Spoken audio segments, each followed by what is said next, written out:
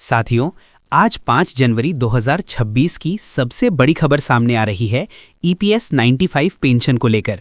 और ये खबर हर पेंशनधारी के दिल से जुड़ी है। आप सब जानते हैं कि हम पिछले कई सालों से ईपीएस 95 पेंशन बढ़ाने की मांग को लेकर आवाज उठा रहे हैं। अब हालात बदलते नजर आ रहे हैं। सरकार की ओर से महत्वपूर्ण संकेत मिले हैं जो हमारे संघर्ष की जीत की तरफ पहला कदम हो सकता है।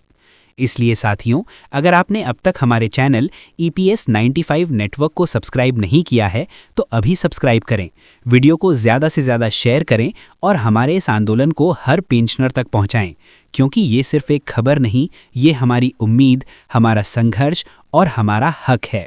ईपीएस पेंशन हक न्यूज़। सरकार ने 2025 तक ईपीएस 35 पेंशन बढ़ाकर 10,000 रुपये कर दी। कर्मचारी पेंशन योजना ईपीएस 35 भारत भर के लाखों कर्मचारियों के लिए सेवानिवृत्ति सुरक्षा का आधार रही है। अपनी शुरुआत से ही इसने एक महत्वपूर्ण सुरक्षा कवच प्रदान किया है, जिससे ये सुनिश्चित हुआ है कि पेंशन भोगियों को सेवानिवृत्ति के बाद एक स्थिर आय प्राप्त हो।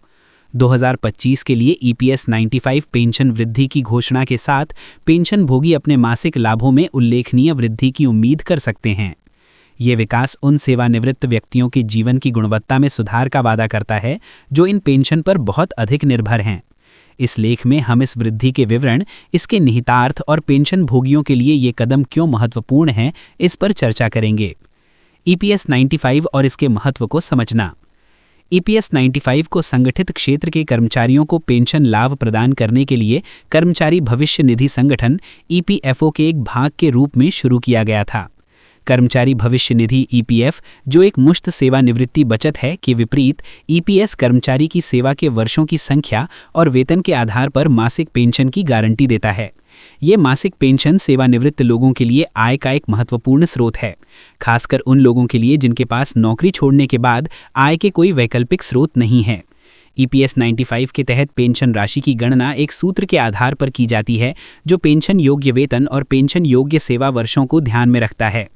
समय के साथ मुद्रास्फीति और बढ़ती जीवन यापन लागतों ने सरकार के लिए पेंशन राशि में समय समय पर संशोधन करना अनिवार्य कर दिया है, ताकि पेंशन भोगियों को वास्तविक आय में नुकसान ना हो। 2025 में पेंशन वृद्धि की घोषणा।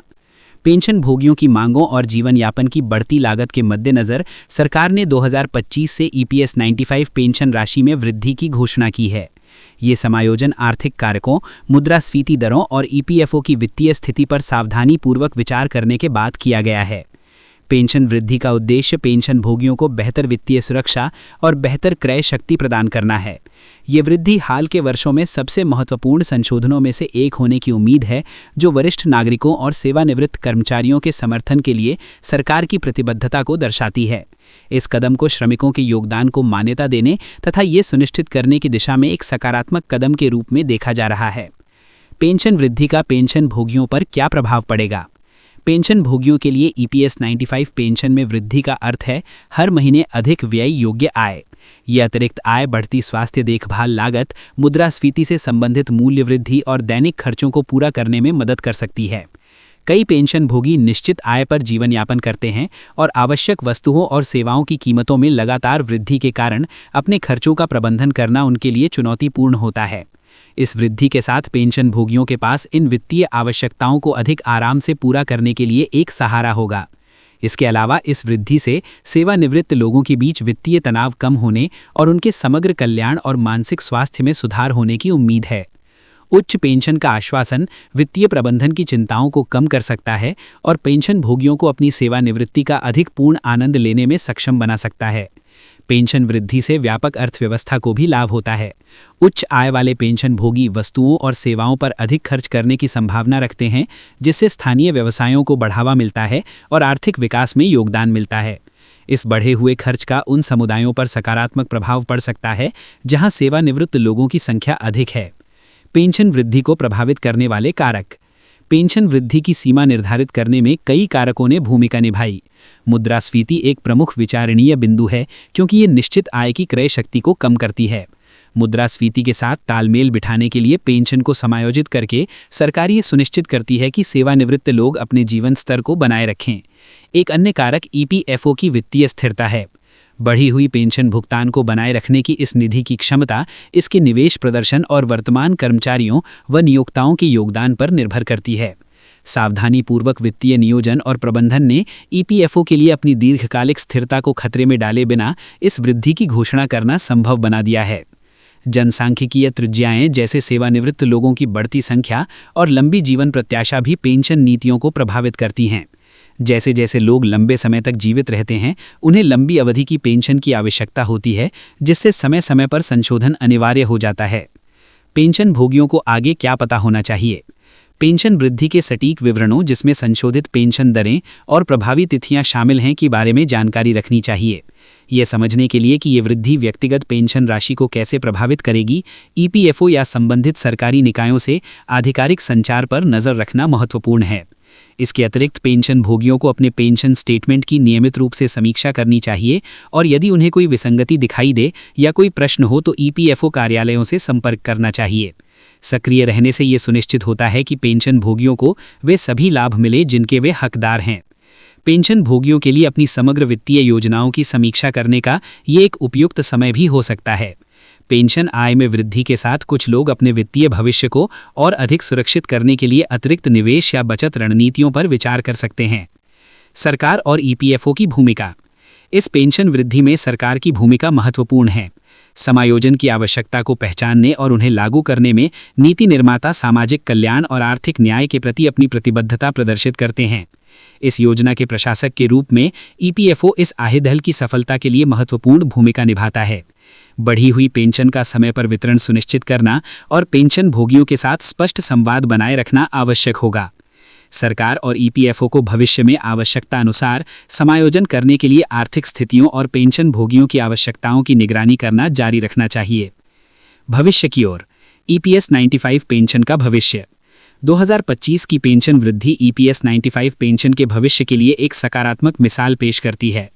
ये बदलती आर्थिक वास्तविकताओं और जनसांख्यिकीय रुझानों के अनुसार पेंशन नीतियों को अनुकूलित करने के महत्व को प्रकाशित करती है। जैसे जैसे भारत का कार्यबल और अर्थव्यवस्था विकसित होती है, पेंशन प्रणाली को सेवानिवृत्त लोगों की आवश्यकताओं के प्रति संवेदनशील बने रहना चाहिए। आने वाले वर्षों में पेंशन कवरेज में सुधार, लाभ बढ़ाने और फंड की स्थिरता बढ़ाने के उद्देश्य से और भी सुधार किए जा सकते हैं। डिजिटल नवाचार और बेहतर डेटा प्रबंधन पेंशन प्रशासन की क्षमता में भी सुधार ला सकते हैं। पेंशन भोगियों के लिए मुख्य बात यह है कि उनकी चिंताओं को सुना और संबोधित किया जा रहा है। ये वृद्धि केवल धन के बारे में नहीं, ये रसम्मान, गरिमा और देश के विकास में योगदान देने वालों के लिए एक सुरक्षित और आरामदायक सेवानिवृत्ति को सुनिश्चित करने के बारे में है। निष्कर्ष। 2025 के लिए ईपीएस 95 पेंशन वृद्धि भारत में पेंशन भोगियों के लिए एक महत्वपूर्ण मील का पत्थर है। ये बढ़ती जीवन यापन लागत के बीच अत्यंत आवश्यक वित्तीय राहत प्रदान करती है और सामाजिक सुरक्षा के प्रति सरकार की प्रतिबद्धता को पुष्ट करती है।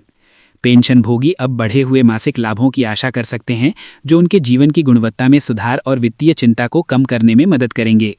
ये वृद्धि एक सुव्यवस्थित पेंशन प्रणाली के महत्व को रेखांकित करती है, जो वर्तमान सेवानिवृत्त लोगों की आवश्यकताओं को फंड की दीर्घकालिक स्थिरता के साथ संतुलित करती है।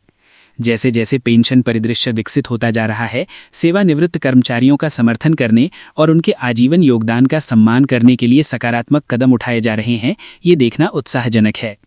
पेंशन भोगियों के लिए 2025 में ईपीएस 95 में की गई वृद्धि एक स्वागतवर्धन प्रोत्साहन है और ये याद दिलाती है कि उनका कल्याण अभी भी प्राथमिकता है।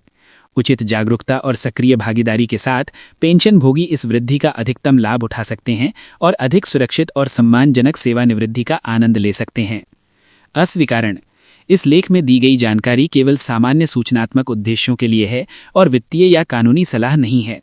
पाठकों को अपनी पेंशन या सेवानिवृत्ति योजना से संबंधित कोई भी निर्णय लेने से पहले ईपीएफओ जैसे आधिकारिक स्रोतों से विवरणों की पुष्टि करनी चाहिए और किसी योग्य प्रोफेशनल से परामर्श लेना चाहिए।